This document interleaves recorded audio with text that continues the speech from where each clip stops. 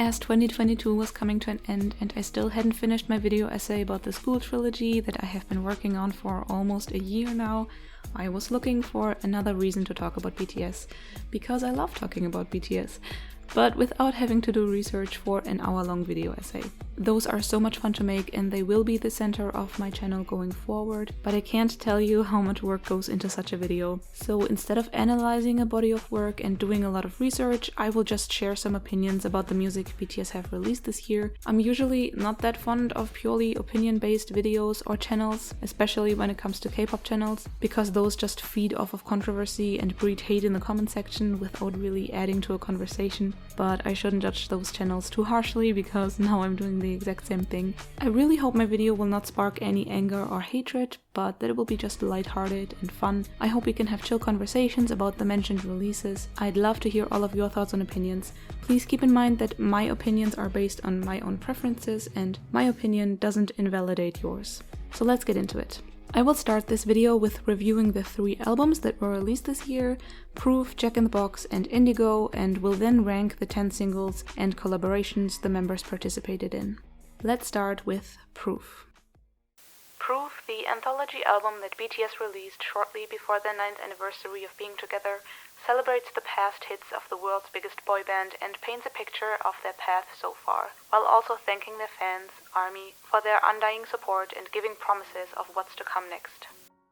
I remember how disappointed I was when I realized that Proof would not be a full album, but an anthology album that only included 3 new songs. I was so confused that they would put out such a body of work for their 9th anniversary instead of waiting till the 10th, and I had been awaiting the next big album cycle, new things to talk about, an exciting new era, so at first Proof underwhelmed me. But of course, after the Festa video of this year, everything started to make sense and I can look back at it with much more love than what I had felt when they first released it. But still, I have to admit that I was a bit disappointed with the album overall. I don't love how the 3 CDs were structured. It feels like such a boring choice to put all the title tracks in chronological order on one CD and to equally divide the second CD in solo and unit songs that aren't connected by theme at all. There is no flow to these track lists. I know the members picked these songs themselves, but honestly I would have picked different songs for almost all of them. The majority of these songs are off of Map of the Soul 7 and some off Love Yourself Answer, and they don't paint an appropriate picture of their career and path so far. And by dividing the CDs in title tracks and unit songs, they ignore countless OT7 B-sides that actually say so much about who they are as artists, much more than those tracks on the second CD. Having the third CD be the demos is a nice idea, and I like that they share their creative process with us in that way, but some of these songs were so rough and again, a weird choice to put on an album that is supposed to illustrate the legacy you've built over the span of your career. It is a missed opportunity to introduce the general public to some of the classics, to the well-beloved bangers of the School trilogy, Dark and Wild, and of course the Most Beautiful Moment in Life series. Here are some of the songs that could have been on the album as well.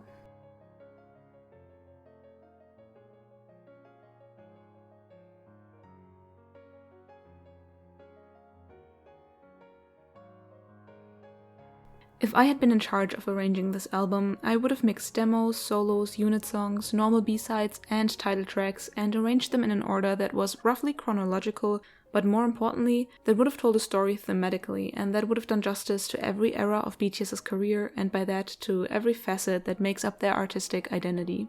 Their individual strengths and colors would have been showcased by that too. I really don't think that choosing a solo song for each member would have been necessary. I haven't listened to the demo songs very often, so I don't have a lot of opinions about them individually. A standout definitely was Jin's Epiphany. Sadly, I found the Tony Montana version with Jimin very underwhelming in contrast to the performance version we knew already. It's also not one of the demo songs, but it's nice to have Born Singer on streaming platforms as it is a beautiful and meaningful song. But let's talk about the 3 brand new songs. Run BTS is just a bop. I remember for at least the first 10 times I listened to it, it just kept getting better and more fun each time. It really brought back this boyish energy that's so palpable in BTS's earlier albums. You can hear how much fun they themselves had to record that song, and their passion is coming through with every note. I'm really thankful to them for performing the song live in Busan this year and for giving us a choreography. I don't usually use internet slang, but kings. They slayed, they ate this up. Yet to Come, I love. It is very meaningful and the perfect song to release before their announcement of a break, but it's definitely on the weaker side of the title tracks. It feels like a slightly worse version of Life Goes On in a way, if that makes sense, but considering how much I love Life Goes On, that really isn't an insult. Some English parts of the song feel very rough. You'll see that's a theme for a lot of the releases this year, but honestly, that's secondary. The members really expressed everything they wanted to say in the song about their enlistment, their promise to us to come back, their love for us. It's just so funny to me how armies were silenced right after Yet to Come came out that we're saying it feels like a goodbye song because the message is so clear now. For youth, I rarely listen to this song, but it's a solid release. It's sweet and again a lovely letter to ARMY, or simply a love letter, really. The beginning gets me every time. I really like Jungkook's part when the song gets transposed, and I like how the title of the song is a nod to the beginning of their career regarding how they started with singing to the youth and students. But the composition isn't as interesting as many other BTS tracks, and the English and Korean lyrics don't blend as seamlessly and are quite bumpy sometimes. Jack in the Box, the first official solo album by a BTS member. J-Hope set the bar high for his bandmates, delivering an inventive record that challenges his musical identity so far, as well as our perception of his persona. This album is a masterpiece. Where do I even begin? With the title, probably. Let me tell you. The way Hobie uses the symbolism of Jack in the Box, the myth of Pandora's box, the idiom of putting something into a box, the meaning behind his name, J-Hope, the role Hope played in his life, and his public persona all together is nothing but pure genius. Like, the symbolism in this is crazy. All of this works on so many different levels and I am in awe. And I love how well put together this tracklist is, what clear story it tells and how precise the themes are. The album flows really nicely. I love the intro song and that he uses narration as the opener. The interlude of the music box melody is genius and shifts the mood of the album perfectly. At first I was irritated how short some of the songs are, but when you listen to them in chronological order, they blend perfectly and create an amazing flow. I am really tempted to make a video about Jack in the Box, but there are countless other videos I have been already working on, so this will probably not happen soon, but damn, there is so much to unpack. Hobie really laid his soul bare in these songs. The lyrics are amazing. He talks so much about the image he has of himself, of his persona. He talks about how he perceives the world and humankind and his place in the world, you know, all the good stuff. The visuals of this album are full of meaning too. I really like his rapping style in this and the way he plays with words and sounds. He has always been so good at writing sonically pleasing raps. I also find his English parts of the lyrics really well integrated. He uses English when it serves the song and is able to blend it really well with his Korean. I have to say, musically, the album isn't 100% what I would usually gravitate towards, but after 2 to 3 listens, I even vibed to the songs that irritated me a bit the first listen through. Standouts for me, solely on a musical enjoyment level, are Pandora's Box, Equal Sign, What If, and Safety Zone. I can't talk about Jack in the Box without mentioning Hobie Palooza. He proved to everyone what a world-class performer he is, even without a lot of choreography. He's insane, really. And can I just say how much this album is not K-pop? I've said this after the Festa video, I really do think that by 2025 BTS will have broken free of the K-pop label others put on them. Sure, they are still part of the industry at large, but they don't make K-pop music. I hope that the following solo albums will cement this perception of them even further. I really want the world, and especially the Western media, to take BTS serious as artists. I am so tired of them being disregarded as just another K-pop group that got lucky because of their quote-unquote crazy fans, and that they aren't acknowledged for what they have to offer. People, look at this. This means something. This is art. This is talent. INDIGO. Another solo album that explores new sounds and genres. Once again, RM's body of work feels more like a diary Kim Namjoon wrote. Honest, vulnerable, philosophical, a little bit sexy, a little bit sassy, a whole lot depressing. INDIGO is a deep look into the internal life of BTS's leader while doing what he does best. Soothe his listeners with relaxed beats, his deep voice, and by showing his true colors. The album has only been out for a few days while I'm writing the script, and even though I have listened to the songs on repeat, the album has to sit with me for a bit longer before I can fully review it. I just mentioned how there are so many videos I have to get to, and yeah, a deep dive into Indigo is one of them, so please forgive me for not going into the album here too deeply. I'll keep my analyses to myself till then. So here is my rough review. First of all, I liked every song after the first listen, and I really enjoyed the album overall. My expectations were extremely high before Indigo came out, and I still can't believe that Namjoon actually met them. Every single collaborator brings something amazing to each song. They are all selected perfectly. I was a bit worried about how it would all come together, but it doesn't feel disjointed, even though 8 out of 10 songs feature other artists. However, I have to say, the tracklist and themes aren't nearly as tightly put together how they were with Mono, for example. But it feels like Namjoon was aware of that and embraced it in a way. The fact that he chose so many collabs that bring different colors is one indicator. Before it was released, he already said in conversation with Hobie how his album wasn't as neatly put together as Jack in the Box. It's supposed to be 10 different shades of blue. It's supposed to encapsulate 4 years of his life. The different genres and subgenres work quite well together, even though in the second half the album risks to lose itself a bit, but Namjoon is able to bring it together in a way that doesn't necessarily feel truly cohesive, but that gives the impression that this is how it's supposed to be.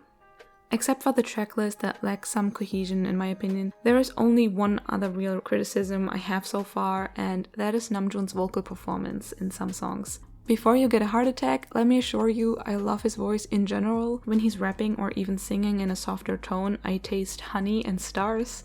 And I like his more intense rap as well. My problem lies with his vocal technique, because it's so apparent that he has received no proper training. I really hope that he will take some vocal lessons in the future. He has often mentioned how his throat hurts after performances or recordings, and I don't want him to hurt his vocal cords permanently.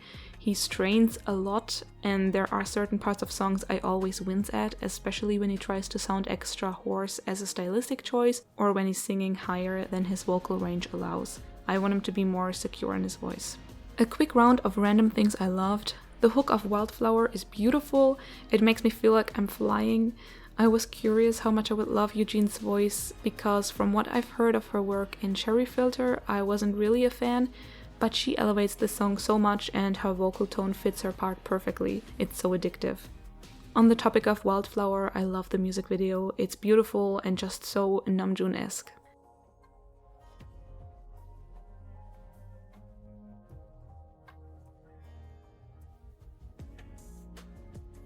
The first 3 songs, in that order, are literally perfect.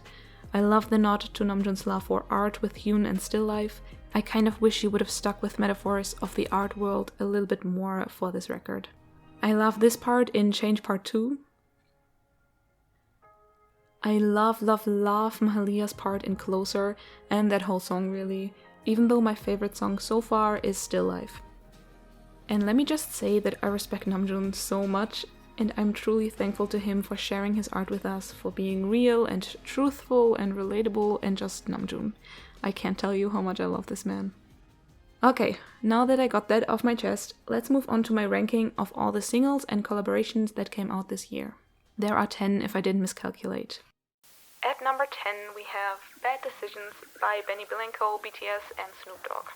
Well, I got the feeling that many armies were underwhelmed with this song, and I felt the same. I didn't really enjoy it. It's too bland, too mainstream pop for my liking, and Snoop Dogg's verse was just not it. The lyrics were aggressively mid. The music video was weird. I don't like it at all. I'm sorry, Benny Blanco. So it was a pass for me.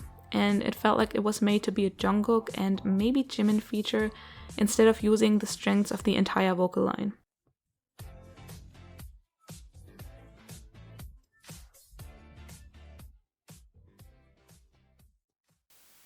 Number 9 is Dreamers by Jungkook. Okay, here we go. I have quite a lot to say about this, but not too much on the song itself, so let's just get that out of the way first. Dreamers is quite a generic World Cup song and pretty forgettable in my opinion. The performance fell flat to me, the dance was subpar with anything we have seen Jungkook do in his career. I didn't love his vocal performance in the song, which is really rare as I usually love his voice. The most beautiful part is easily the one in Arabic at the beginning. The English lyrics, even though many people connected it with BTS's discography like No More Dream or used it to illustrate how far BTS came, couldn't be more hollow and hypocritical in my opinion. Because this is not Jungkook's song, or BTS's, and he didn't perform for armies. This is a FIFA song that functions in favor of the FIFA and the Qatari government. I'm going to stop myself here and just put my opinions about the politics of this song on screen. As I said, I wanted to make this video lighthearted, and if you don't feel like dealing with complex politics right now, feel free to skip my rant.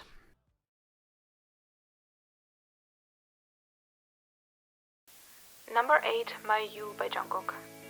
This song is beautiful. It literally brings me peace the moment Jungkook opens his mouth.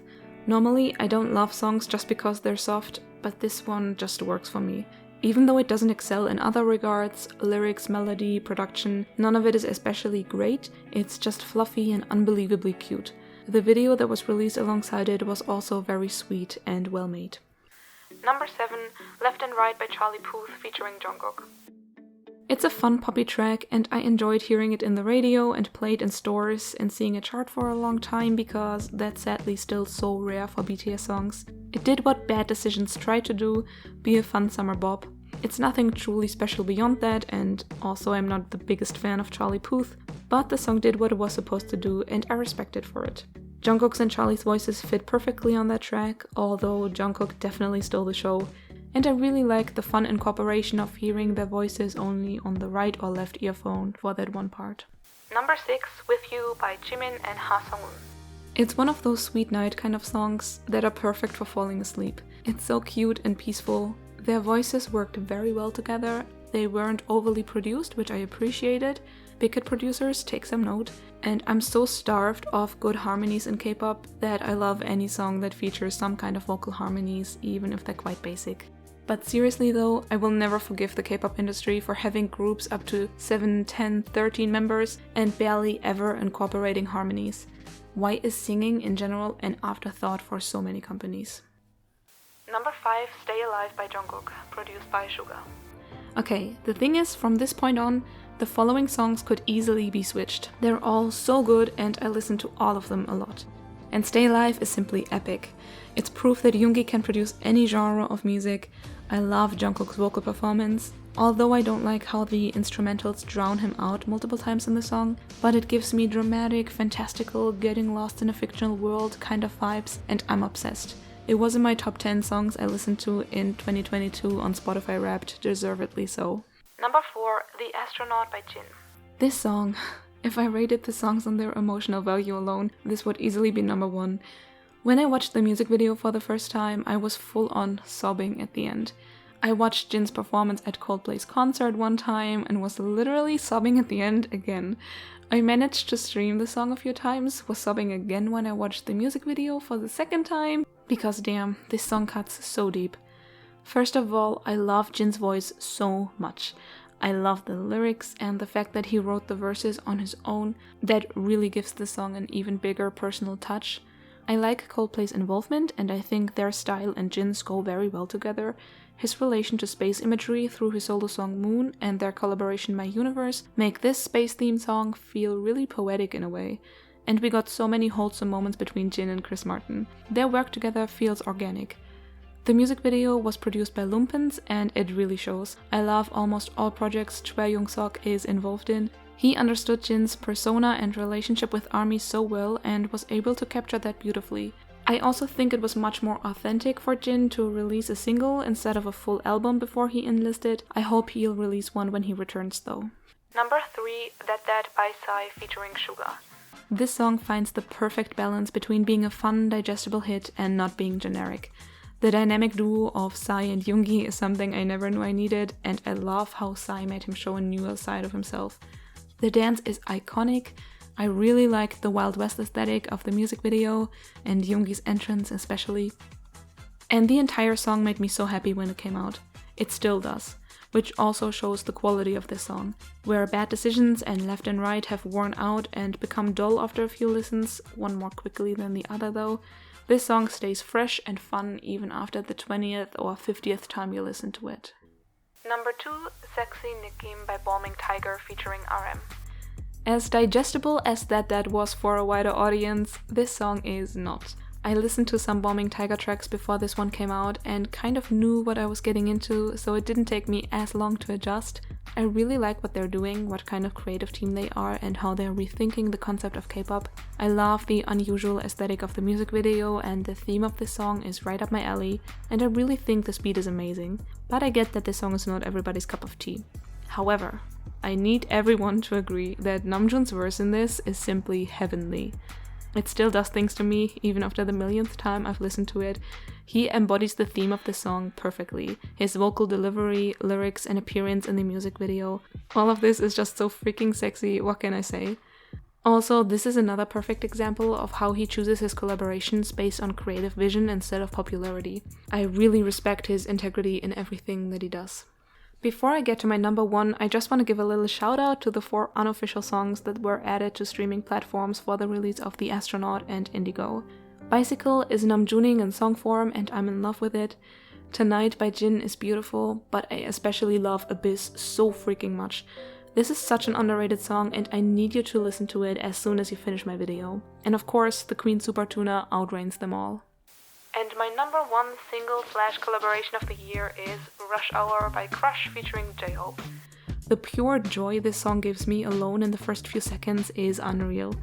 Hobie's and Crush's charisma and energy in the song and in the music video is so infectious. I really enjoy the visuals of the video and the theme of being stuck in traffic, and of course the choreography is amazing. When Hobie incorporated BTS moves in it, my heart melted. I love this old school beat, the carefree nature of the raps and ad-libs.